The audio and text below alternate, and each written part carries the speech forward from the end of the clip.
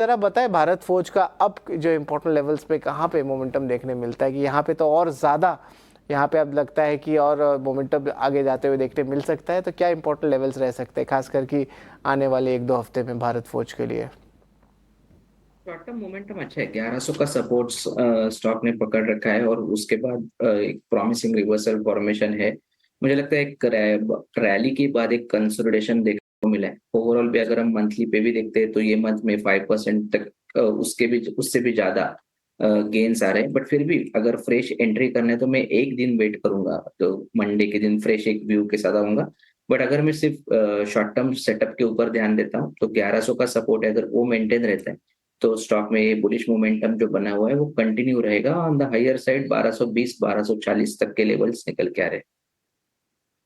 Forge पर ये एक राय बनती हुई सोनम, मेरा सवाल आपसे डिफेंस क्षेत्र पर ही होगा और फंडामेंटल आउटलुक आपका एक जानना चाहेंगे, because defence sector in particular अगर आप देखें, इंडिजनाइजेशन एरोस्पेस की अगर बात करें, एरोस्पेस मैन्युफैक्चरिंग इकोसिस्टम की बात करें, स्वदेशीकरण की बात करें, लगातार डिफेंस क्षेत्र को बढ़ावा देने की कोशिश पिछले कई साल, पिछले 2 से 3 साल में तो इनफैक्ट होती नज़र आई है और उसका रिजल्ट हमने देखा भी है। और वो जो डिफेंस क्षेत्र को हमने बढ़ावा दिया है, भारतीय डिफेंस कंपनियों को हमने बढ़ावा दिया है, वॉर लाइक सिनेरियोज में, इस तरह के तनावपूर्ण स्थिति में ये काम भी आ रहा है। डिफेंस सेक्टर इक्विटी मार्केट्स के लिहाज से फंडामेंटली आपको कैसा लग रहा है?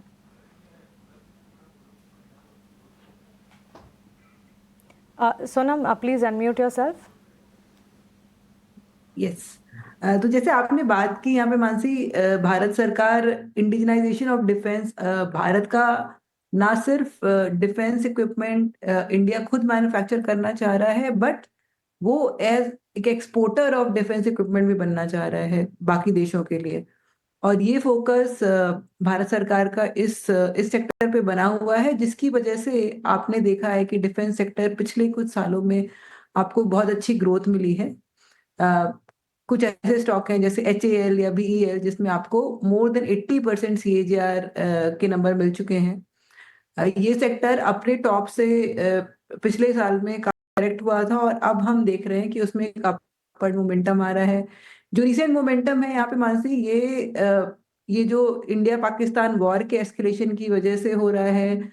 लोग ये समझते हैं कि जब भी वॉर एस्केलेट होती है तो डिफेंस स्पेंडिंग बढ़ जाती है और डिफेंस कॉन्ट्रैक्ट्स जल्दी पास ऑन होते हैं। यहाँ पे इन्वेंट्री उनकी ज्यादा कंज्यूम होगी, तो इस वजह से मेरे ख्याल से आपको डिफेंस स्टॉक्स में मूवमेंट दिख रहा है। बट इसके अलावा सिर्फ ये पॉजिटिव नहीं है। आप अगर न्यूज़ फॉलो करते हैं तो आपको HAL BEL जैसी कंपनियों और बाकी सारी कंपनियों में आपको रोज नए ऑर्डर विन दिख रहे हैं, जो ना सिर्फ इंडिया में है बट आपको ये ग्लोबल मार्केट से भी, बाकी कंट्री से भी इनको काफी ऑर्डर विन्स मिल रहे हैं। तो फंडामेंटली जरूर ये काफी अट्रैक्टिव स्टॉक है।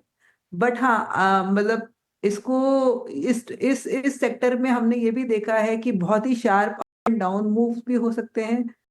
तो ऐसे सिनेरियो में जहाँ पे बहुत अनसर्टेनिटी है, आपको केयरफुली इसमें लेना चाहिए। और मेरे ख्याल से जी, अगर आप पोजीशन लेना चाहें तो लॉन्ग टर्म की ही पोजीशन लें।